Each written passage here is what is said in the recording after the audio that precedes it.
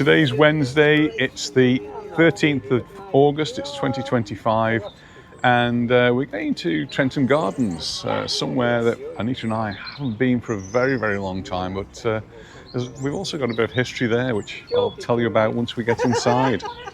Let's just go around here, we can see some of these beautiful creatures that have been created out of material gathered from the surroundings.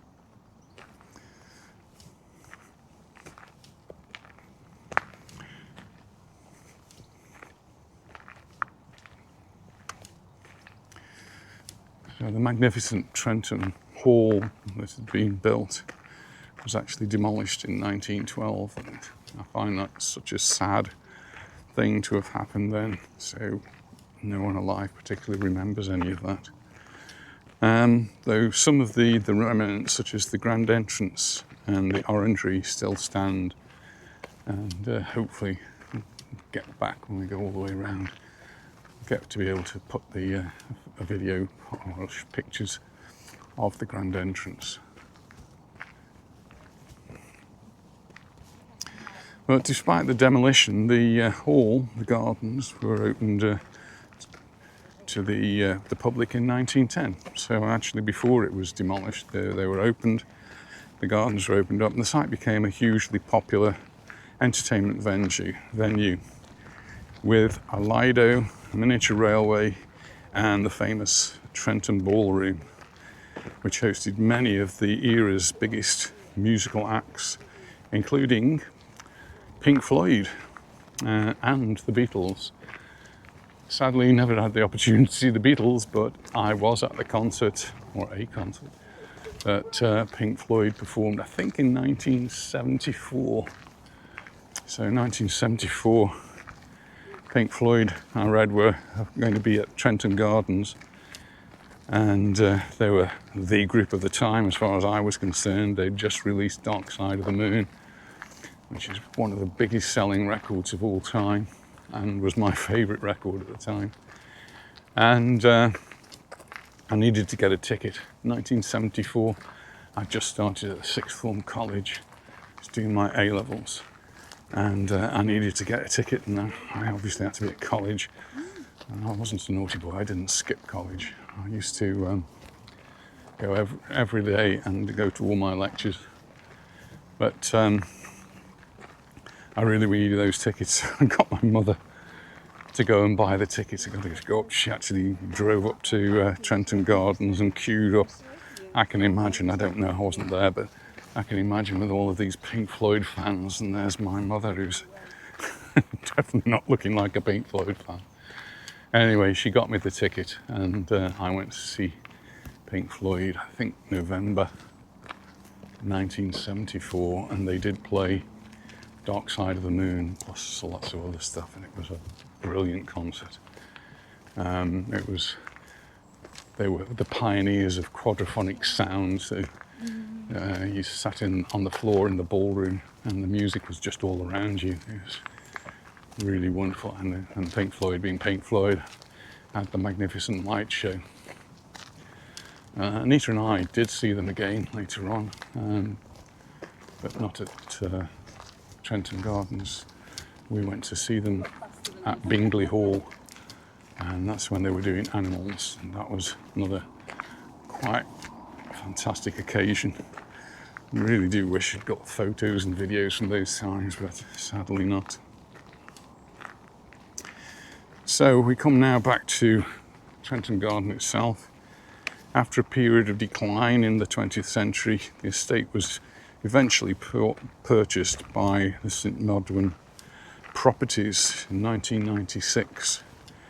It was a multi-million-pound restoration project that brought the historic gardens back to their former glory, with new designs by the renowned landscape artists like Tom Stuart Smith, Piet Oudolf. Today, the Trentham Estate is a major tourist destination, featuring the award-winning gardens, shopping village, a garden centre, and we do have down here Monkey World, So really just a little bit of history here to the Trentham estate, which runs along the side of the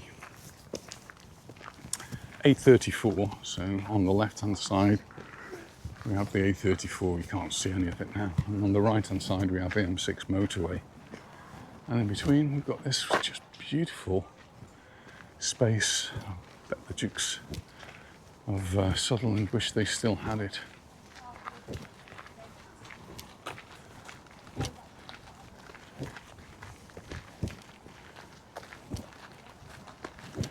And you can either pay just to come in for the day, or you can get yourself a season pass, and that's what Angela has. So Angela will come and just have a walk around the lake. It's a nice, she tells me, 40-50 minute walk to get all the way around, and always lots and lots to see as you go.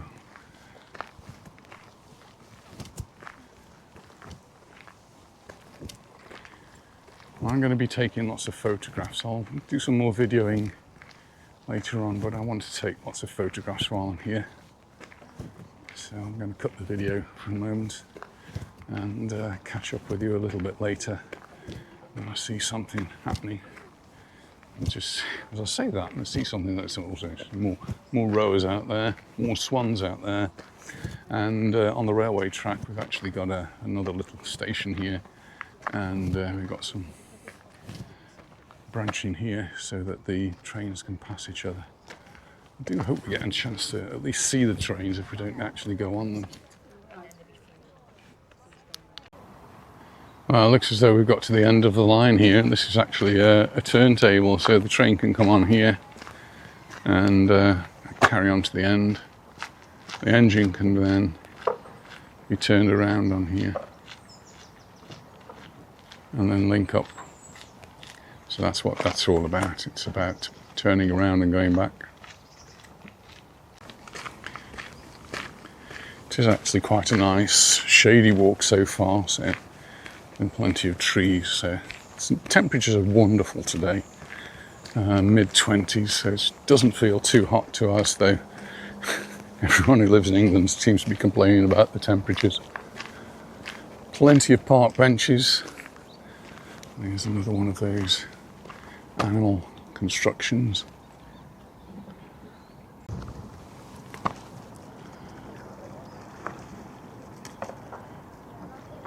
Quite serious rows as well.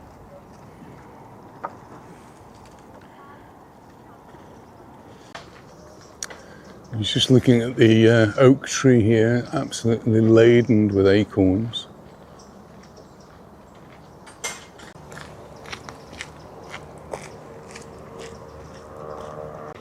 There's a gate here that leads off to a special part of the gardens where you can go and observe kingfishers and otters.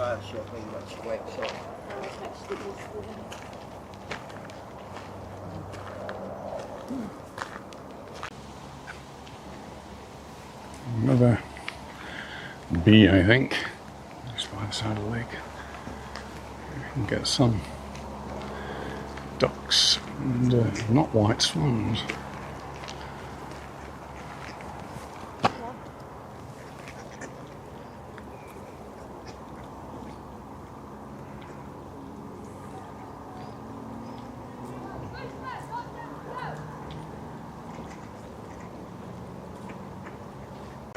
So we just had to pass through a gate here because we're entering the beaver enclosure.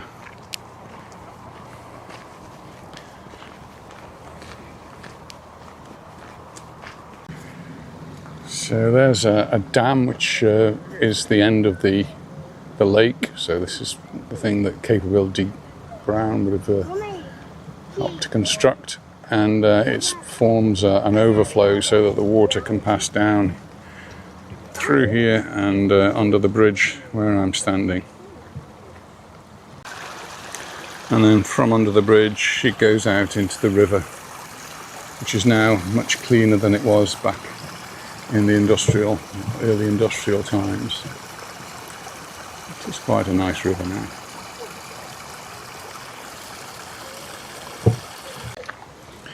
A little bit of a slope to walk up here, and that will take us round to the far side of the river where we can start our walk back. Now, this is the boathouse for the canoes. It's the canoe club, and oh right, the monkey forest over there. That's another aspect. Monkey World. Monkey World. Oh, and a conveniently positioned cafe. I think they do that on purpose, don't they?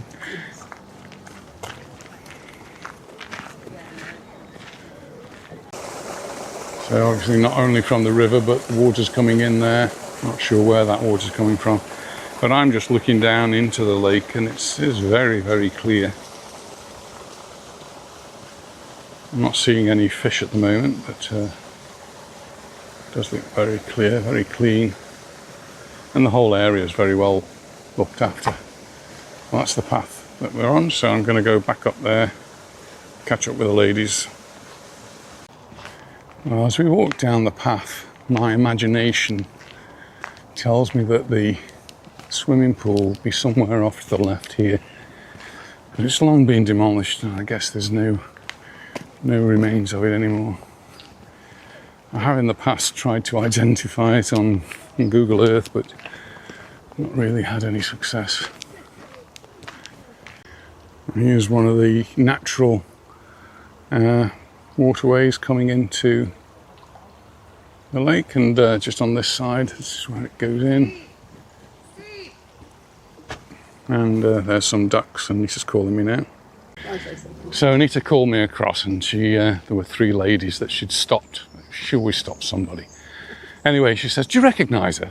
And well, sorry, I didn't.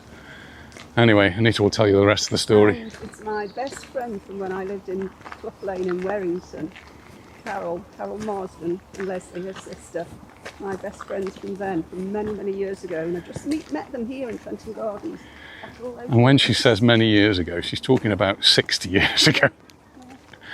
And actually, Carol did come to see us 20-something years ago. They had a nice house, didn't they? They were staying up in the north of the island. And every time I drive past it, we say, "This is where Carol stayed." Anyway, what a coincidence. So while Anita was talking to Carol there, Carol pointed out that these are perhaps one of the last remaining parts of the swimming pool. These were the steps that led up to it, so it's sadly not in use, and nothing else remains. That's the steps that used to go up, so the swimming pool would have been somewhere up there.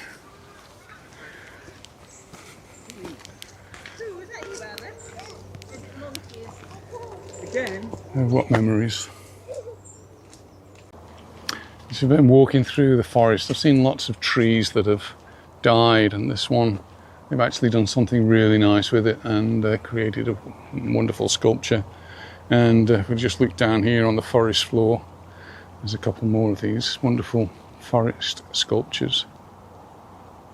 And we found some more. Oh, look what we found here. In the dragon's nest. Is this the dragon sitting on her eggs? Oh, darling, you called yourself in for that one. I'll leave them to incubate. I think this is where the dragon lives. Oh, I don't think I can get through there. Maybe the dragon's coming out on the other side.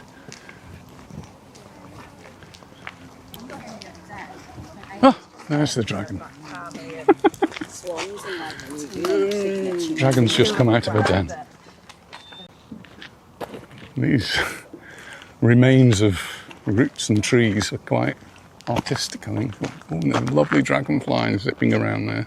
Dragonflies are amazing. Yeah, there's another one. Must be dragonfly season. Maybe they're the dragons.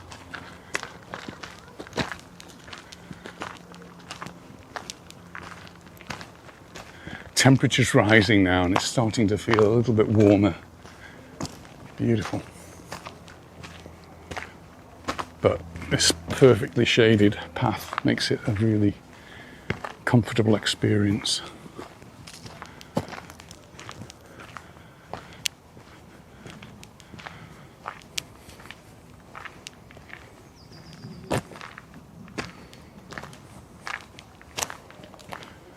I do invite you to go on beaver safaris, and this is one of the places. It says beaver activity, please stay on path. So don't go down there because the beavers are at work.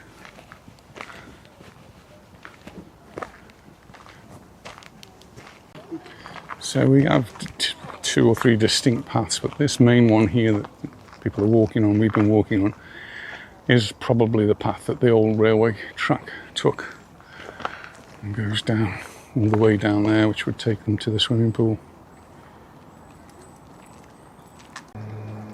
Now they're what I call sunbeds. You're not going to be moving them, are you? Well, it looks as though Trentham has once again become a concert venue. This time it's Bing, which is a children's cartoon type character, and I'm sure our grandchildren will be loving that. And not in the days for us, though. For us, I used to come here for concerts. I already mentioned Pink Floyd. I think the first one I ever came to was in fact Emerson, Lake and Palmer, and that was a really fantastic introduction to going to concerts. Keith Emerson on the keyboard, Carl Palmer on the drums, and Greg Lake's amazing voice. Sadly, only Carl Palmer is still with us. We actually saw Carl Palmer in Mallorca a few years ago with Tony Iommi.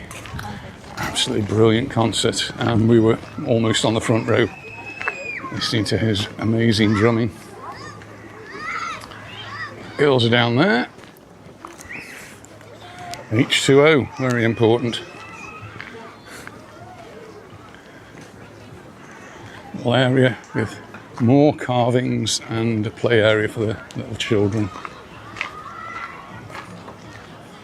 Big gazebo marquee type construction there, get you out of the sun.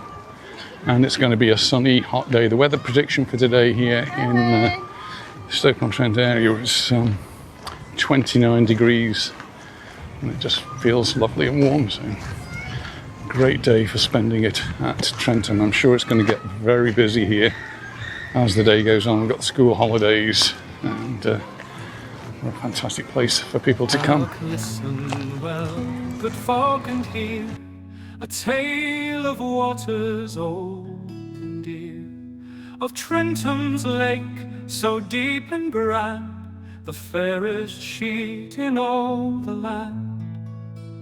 In days of yore the monks did pray, and tilled the fields come what may, when upon this land a valley lay, where flowing streams did gently stray.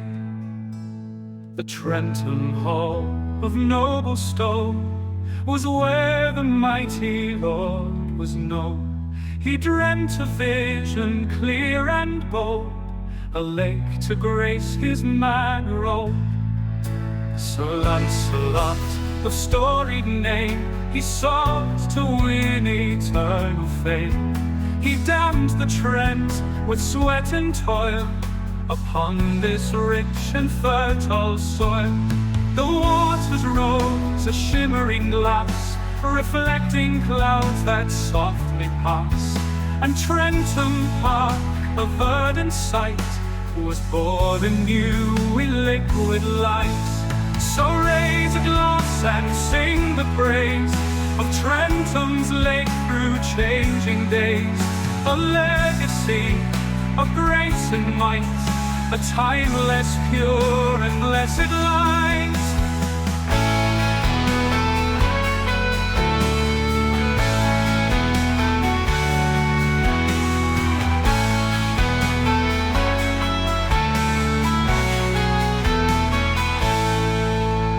The Trentham Hall of noble stone was where the mighty Lord was known.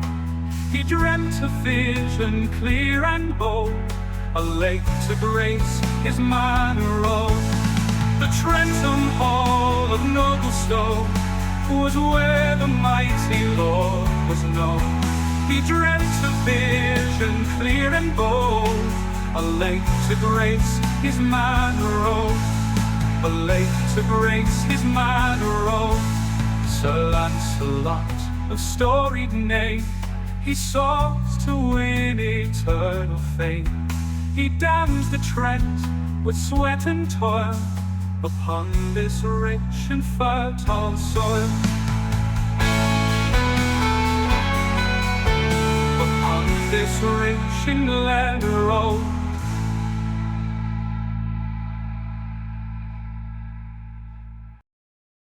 Upon a green and gentle land where Trent's clear waters flow, a garden ground was brought to stand for all the folk to know.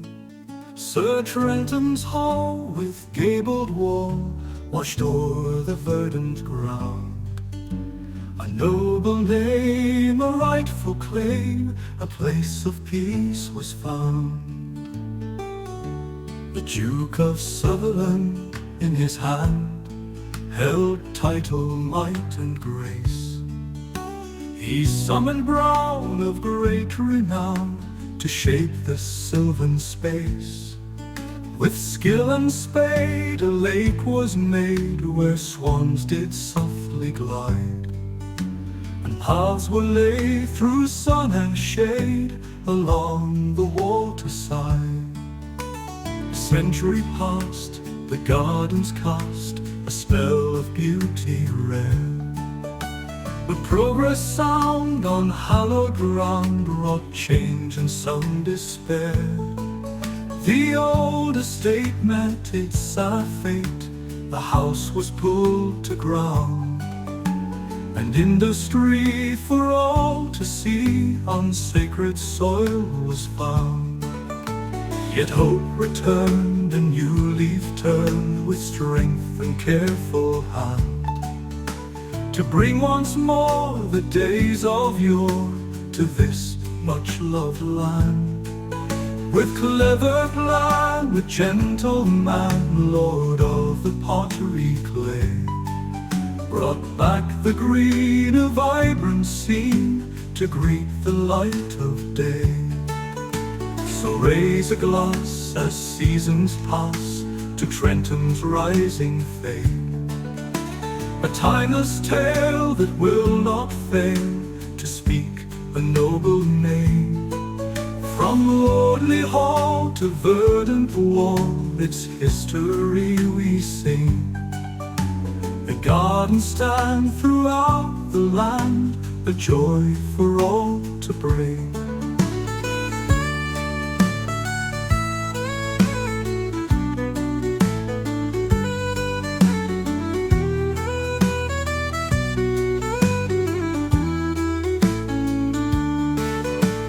Skill and spade a lake was made, with swill a lake was mace.